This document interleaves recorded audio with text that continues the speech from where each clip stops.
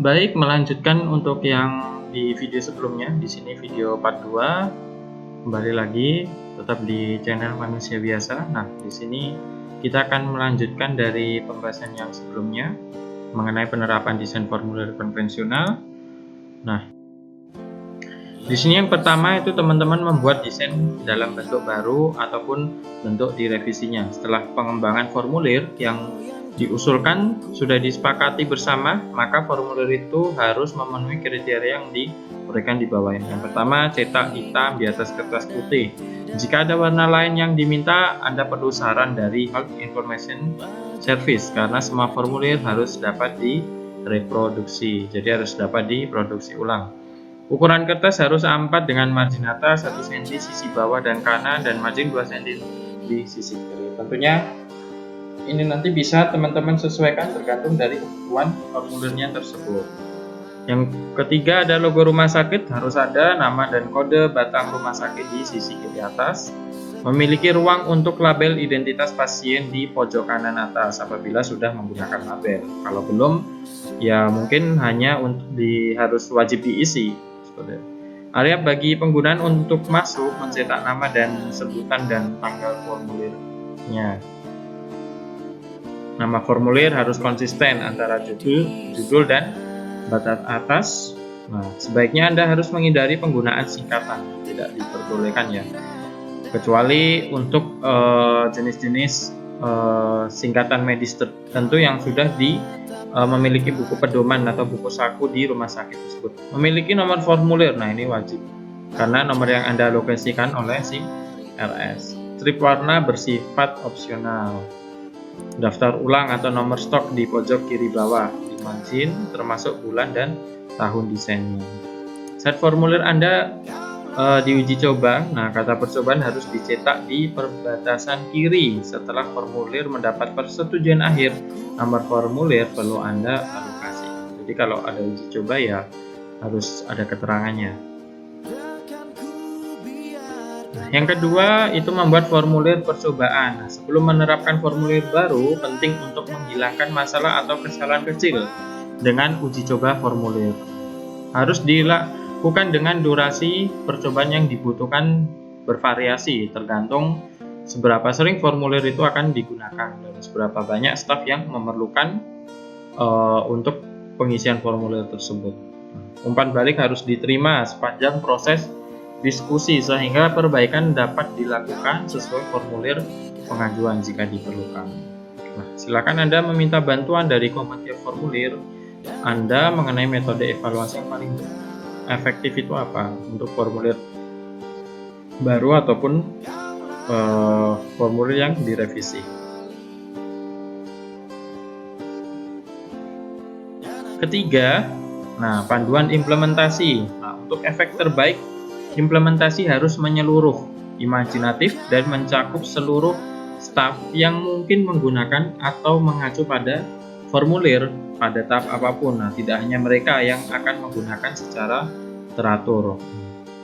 Alat implementasi berikut yang direkomendasikan ya, bisa poster, terus bisa catatan pada kartu waktu atau memo, mendidik staf dari semua disiplin atau departemen unit yang mungkin menggunakan atau merujuk pada formulir baru.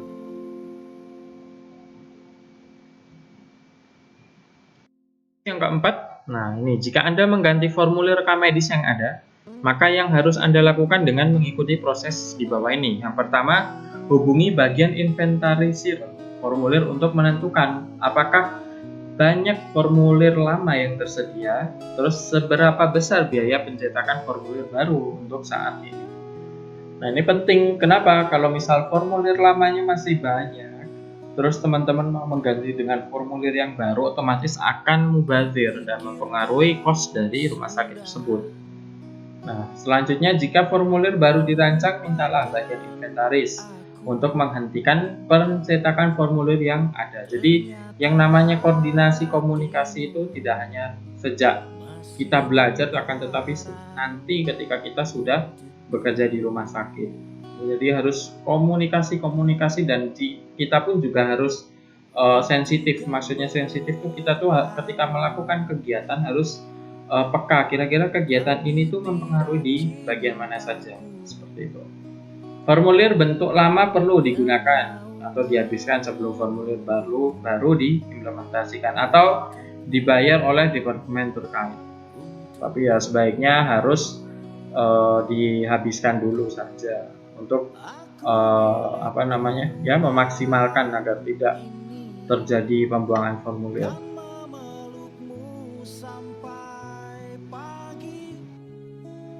Selanjutnya di sini penerapan evaluasi formulir elektronik. Kalau tadi sudah konvensional, sekarang di formulir elektronik. Prinsip umum berikut harus dipertimbangkan dalam mengembangkan tampilan atau layar pengguna dalam tabel evaluasi berikut ini. Nah, itu mengenai navigasi rancangan elektronik. Semua kontrol harus jelas dan ditempatkan di lokasi yang intuitif di layar, mudah dijangkau dan terlihat, tidak samar. Batas pilihan dan perintah label. Nah, kalau ini kolomnya checklist ya. Jadi sudah ada belum? Kalau sudah checklist. Kalau tidak mungkin silang. Berikan tombol undo untuk membuat kesalahan mudah ditimpa. Ini juga perlu pendalaman lagi mengenai undo ini, karena undo ini kan berkaitan mengenai jejak penulisan kayak gitu. Apakah perlu undo ataupun perlu opsi yang lain seperti itu? Karena sebagaimana acuan utamanya, namanya pencatatan, meskipun salah tidak boleh dihilangkan. Nah, ini kita harus pertimbangkan baik-baik. Yang keempat, gunakan tata bahasa dan terminologi secara konsisten. Berikan pesan konfirmasi untuk setiap fungsi penting, seperti menghapus file, terus menambah file, ataupun mengganti file. Gunanya apa? Gunanya biar apabila itu terpencet secara tidak sengaja, maka tidak langsung terganti, ataupun tidak langsung terhapus. Yang kedua, gunanya untuk meyakinkan lagi si user, apakah yang di-input atau yang dipilih sudah sesuai. Rancangan masukan atau input. Nah, pertama itu menyederhanakan pengumpulan data.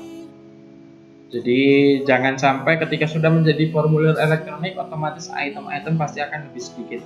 Beda dengan formulir kertas. Yang kedua, mengurutkan input data untuk mengikuti alur kerja.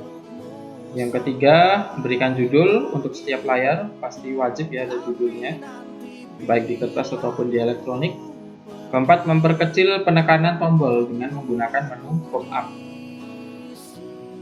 Terus kelima, gunakan kotak teks untuk memasukkan angka.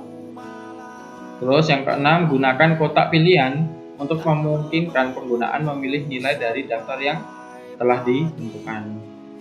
Checkbox digunakan untuk banyak seleksi. Radio button digunakan untuk satu seleksi. One screen list box, terus ada drop down list box, ada juga combo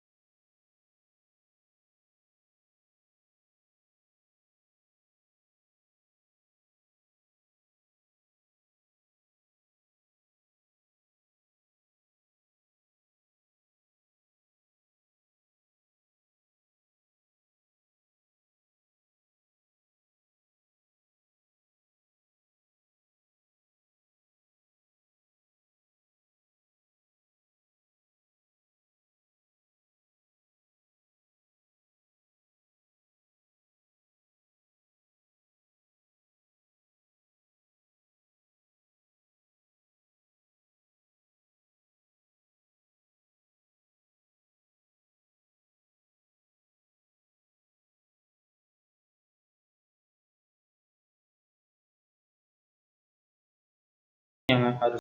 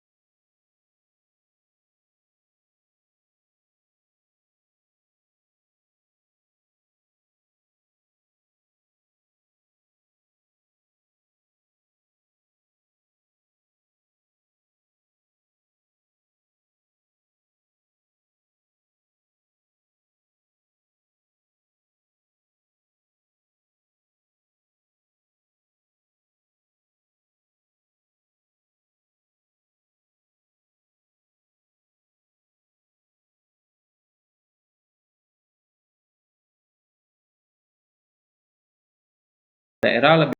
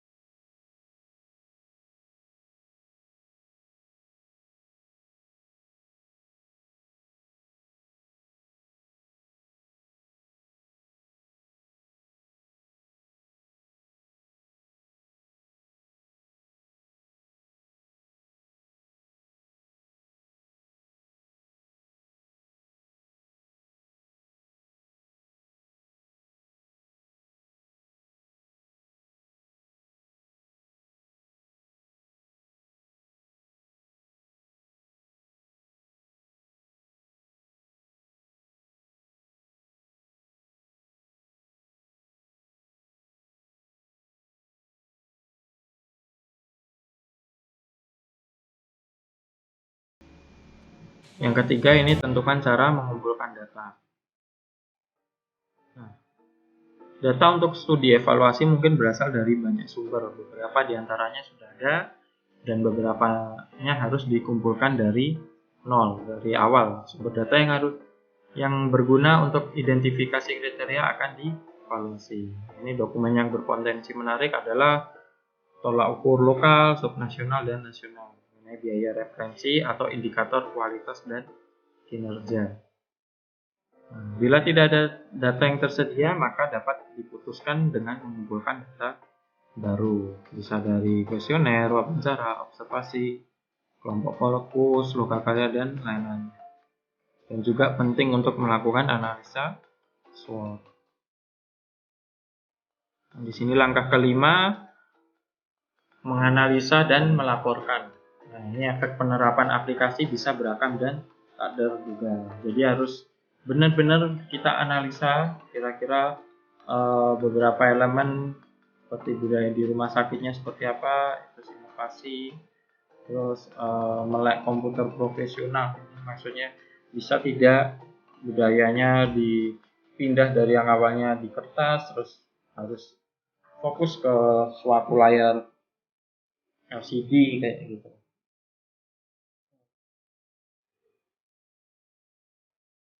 Kedua, meski dari data kelihatannya sistem tidak berdampak, nah ini tidak berarti begitu. Bisa saja sebaliknya. Di sistem mungkin biasa saja, tapi mungkin di SDM-nya yang kerepotan. Ini contoh juga hasil mungkin kontraindikatif atau tidak jelas. Gitu. Yang ketiga, objek evaluasi sering berubah-ubah karena perubahan staf atau alur kerja. Ini modifikasi perangkat lunak, sesi pelatihan dan lain-lain, sistem informasi mungkin berubah.